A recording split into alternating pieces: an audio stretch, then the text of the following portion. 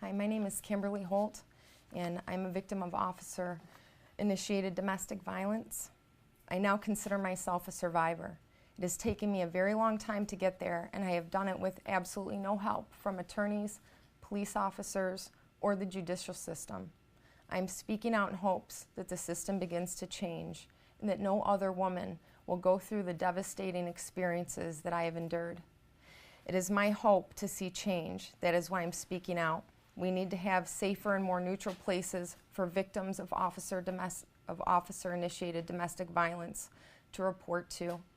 We need to have more accountability at the local level for police departments that are handling these cases.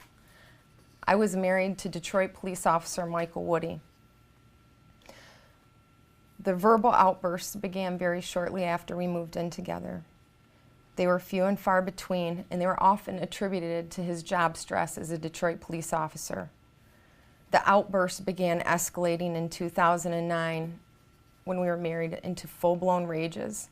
It was terrifying, and I begged him to get help. I loved him very much and found myself completely sucked into a dynamic of domestic violence, of blaming myself and trying to get him well. On April 16, 2010, I arrived home. He began yelling at me that I had 10 days to get out of the home with my children. I became hysterical. Where will we go? What will happen if I'm not out in 10 days? This is my home.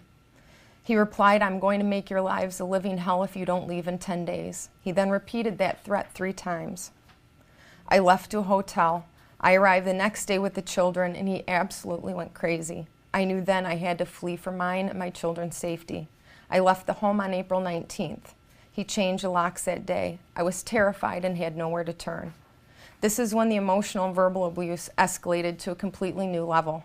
I was often threatened with, "I am watching you, I will sue you for harassment," and many other threats designed to keep me in line and keep control. Unbeknownst to me, he had been illegally accessing my email account at the time. He had, at this point, forbade any member of his family from even talking to me, or any of his coworkers from talking to me. The level of emotional and verbal abuse is hard to describe. It just kept escalating, and he always carried a weapon. On August 8th, 2010, he came to my home. He pulled me inside. My youngest children are in the living room playing Xbox.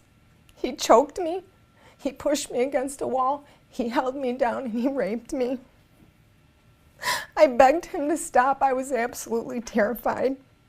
I believed his duty weapon was on him and he looked deranged. I was in a complete state of shock. Friends begged me to report it, but I was terrified of calling the police. If I did anything to jeopardize his job, he would kill me. I reported the rape less than 48 hours later to my counselor. I told at least 10 people, 2 of which were female Detroit police officers. I went to an attorney within 7 days after the assault. The attorney, Mr. Femininio, told me that if I got a PPO, a personal protection order, it was like putting bullets in his gun, and he advised me against it. He also said that he would call the Clinton Township Police Department if I would like, but his quotes were, "They aren't going to do anything about it because he's a cop." I was numb. I was advised to start divorce proceedings and go to Turning Point. In early October, I received a call from a Detroit police officer advising me my husband's duty weapon had been removed by Sergeant Johnson of major crimes and that I should call him. I did contact Sergeant Johnson at the Detroit Police Department. I told Sergeant Johnson about being kicked out of my home, about the erratic behavior and the verbal abuse. I was too afraid to tell him about the sexual assault. A short time later, my husband was promoted to sergeant and given his weapon back. In November of 2010, I confided to a close friend what had been happening. He talked to his brother, who is a Detective Barbera at the Clinton Township Police Department where I live. Detective Barbera told him that I had to be lying, that no police officer would do that, and there was absolutely nothing I could do because there was no physical evidence. I was again devastated. I told counselors and legal advocates at Turning Point what had happened. They advised that I could report it.